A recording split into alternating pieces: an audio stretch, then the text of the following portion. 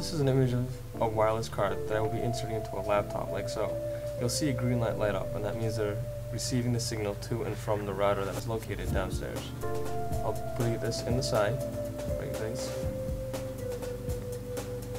Now I'll bring up the network connection status window and show you the signal strength and the status of the internet that we're receiving.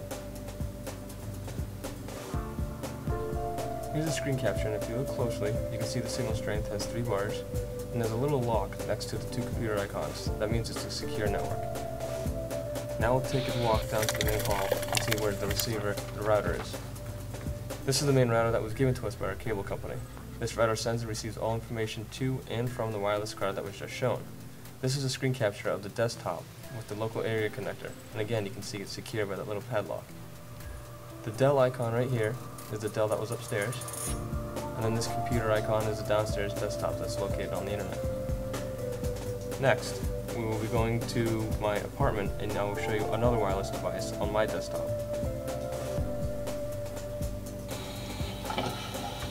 We are now at my apartment, and I'm going to show you another wireless device that looks like a thumb drive, and it plugs into any USB port that's available. The screenshot that I'm about to show you will have the wireless device name and the computer name that I'm also using. Here's the Linksys network system, and then my desktop computer name is Zachary Breeze. We'll do a quick jump over to my router that was provided by our cable company. This device is used to receive and send information to that wireless thumb drive that we just saw. The black box next to it is a router. From this angle, you'll be able to see that the blue cable goes from our wireless device to our router box.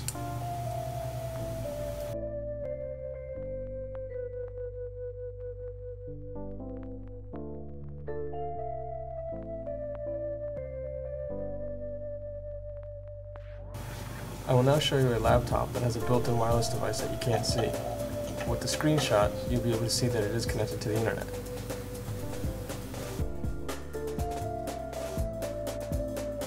Because I live in an apartment building, other people are using their wireless devices for internet connection. So as you can see, people have created different networks. You can see their names and their signal strength, and as I scroll up, you'll be able to see different accounts on this network. As I scroll up to the top, you'll see my account. I'm connected, and I have a 3-band network strength.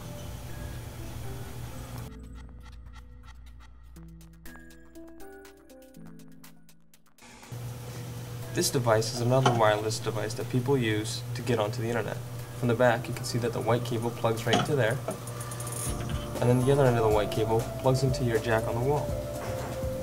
From here, you use this device as your receiver.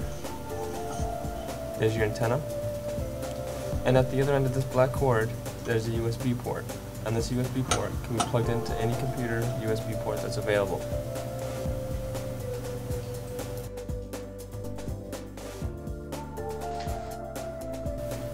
I will now take you to my school's network room called the MDF, Main Data Facility. I'll give you a quick overview of what all these colors and cords mean. The orange cords are fiber optics. These run throughout the high school into closets, and I'll explain that as we get down to the other closet areas. The yellow ones are also fiber optics. These are for distance. They run along the football field into other schools. Yellows are called Cat5e network cables. Those are just your basic network cables. From this angle, you can see that the cords go up to the ceiling and will come out into another room.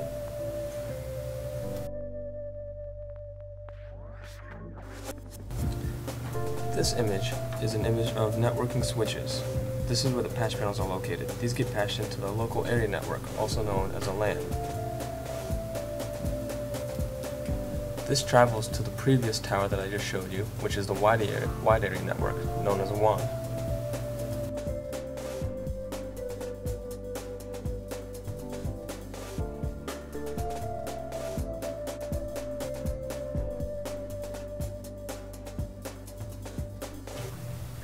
This tower has the print server, the web server, and all the hardware and batteries backed up onto here. All the school's information is transferred to these hard drives and stored for later usage. As I scroll down to the bottom, you'll notice that there are 2 black batteries. This is what powers and backs up the computer system above.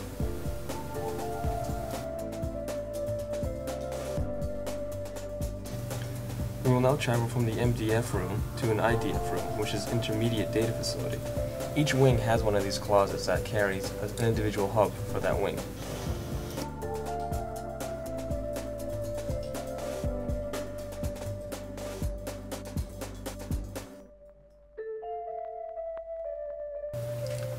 This is an IDF room. Each wing has one. This is what supplies each classroom within that wing the internet. As you can see, there are your fiber optics, your Cat 5e networks, and then from the ceiling view, which you'll be able to see in a minute, is where they run to each classroom.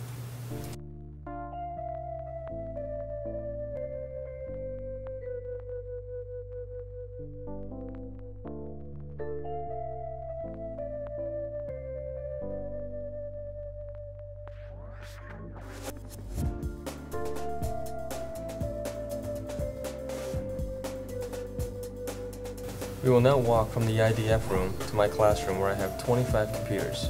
Each computer needs to be connected to the network for my classroom to run.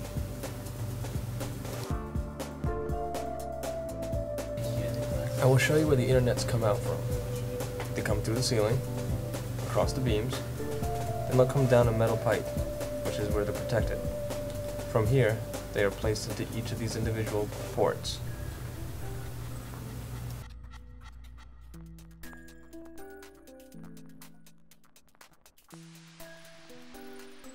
I will follow the green cord, which is connected to a port, into the back of a computer that has a spot where you plug the other end. This allows the computer to have internet connection. Each student has their own login number and name, so they can log in securely. I will now be interviewing Tim Raposa, who is the Director of Technology Services.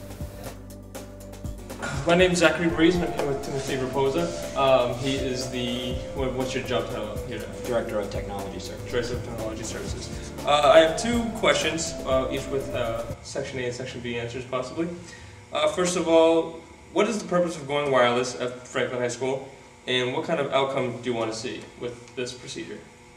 The primary purpose of putting the wireless in the school is to give students access to the internet and to their files with their own devices. So allow them to bring in their own devices, as well as providing some devices to the students that can't afford their own devices, and to promote anytime, anywhere learning environment in conjunction with our course management system that we're also in the process of developing. Excellent, excellent. Second question I have for you is, what security measures are taken to prevent students from visiting inappropriate websites that teachers or parents may not want them to see? Right now we're using SonicWall content internet filter, and that is SIPA compliant. The SIPA is the Child Internet Protection Act. That is a federal mandate that says if you do not block, you don't get federal funding. So we are SIPA compliant. The filter itself is SIPA compliant. It gets updated every night.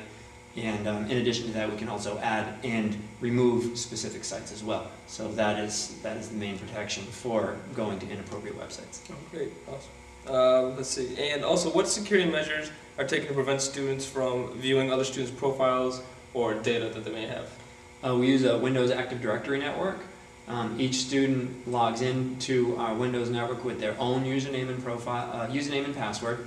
That username and password authenticates them to only the files that they are authorized to get to, whether it be a shared folder or their own personal documents, and specific hardware like a printer or a plotter that they have access to, but only on a per student basis. Great, great.